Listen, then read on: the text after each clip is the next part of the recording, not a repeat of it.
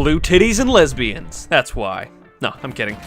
But only a little bit. Overwatch is a bunch of fun, and I talk shit, but I bitch about it because I love it. The Overwatch development team really did and is still doing a kick-ass job with the game, and they deserve some praise because the game's got 30 million players right now, and it's the third most played game in the world right now. But when you describe it, it doesn't seem particularly revolutionary. It's basically Team Fortress with magic powers. And before the inevitable comments come saying it's nothing like Team Fortress, you're wrong. You're just wrong. Jeff Kaplan said in an interview that Overwatch's mechanics stemmed from a knowledge of Team Fortress gameplay and a desire to make that feel tighter and more competitive. That alone is a big factor in what makes Overwatch stand out. They took an existing, massively successful market and built an entire game around people's biggest criticism of that genre, and that approach was applied to every other aspect of the game. Find out what other people are doing and do it way better. A complaint people have been making about shooters for years is that they're gray and colorless and depressing. It's an aesthetic style that's meant to depict the feelings of a war zone, but audiences are just tired of it. So the Overwatch development team opted to create characters and settings that were bright and flashy, even going as far as to creating an optimistic future, which, despite the Omnic crisis, still has technological advancement instead of being some war-torn wasteland. I mean, it's still there, it's just, tucked away down in Australia where no one's looking. Which is actually, they should totally give Roadhog and Junkrat an Australia level that was all war-torn and sick, because it would be fucking sick.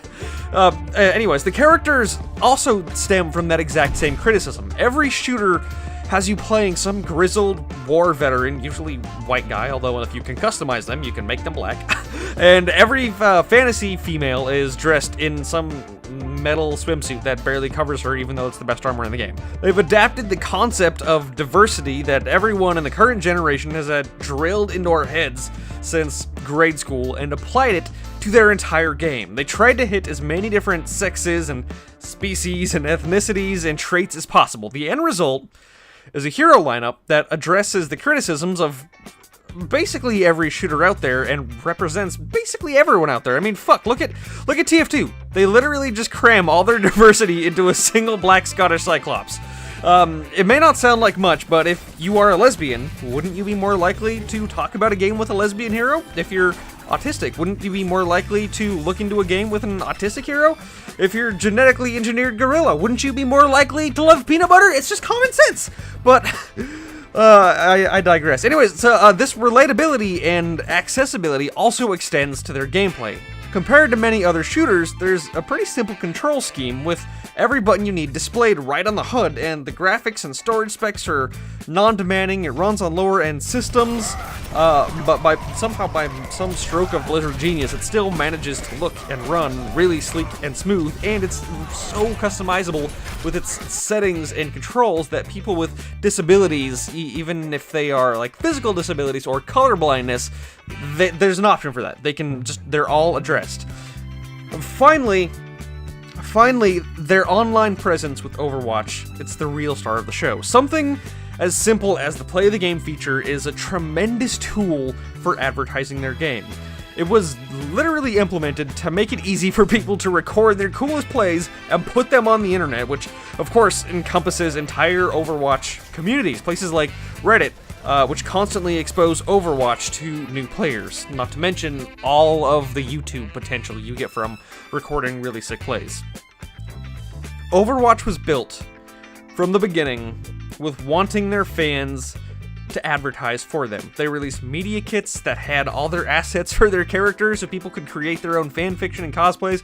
They've got entire events and content releases that keep people talking about the game. They even leave a corner of the screen completely blank so that people can put their face cam there for live streaming. A small quality of life feature that you don't even think about, but it's very important for streamers. All in all, Overwatch is a frankly genius product that was designed every step of the way to examine what other games were doing wrong and presents people with a product that did those things right. Even in its infancy, Overwatch started because Blizzard scrapped a game that was designed with profitability in mind in favor of a game that used existing assets to create something that the team could be passionate about. And it shows. All in all, Overwatch is a great game that the development team should be proud of.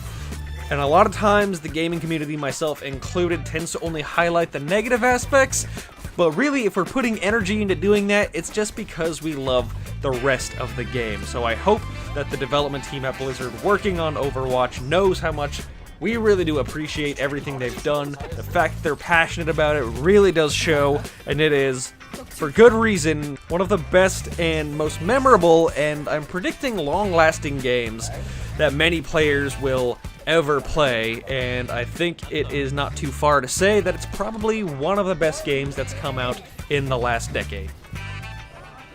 Got a radio in the back.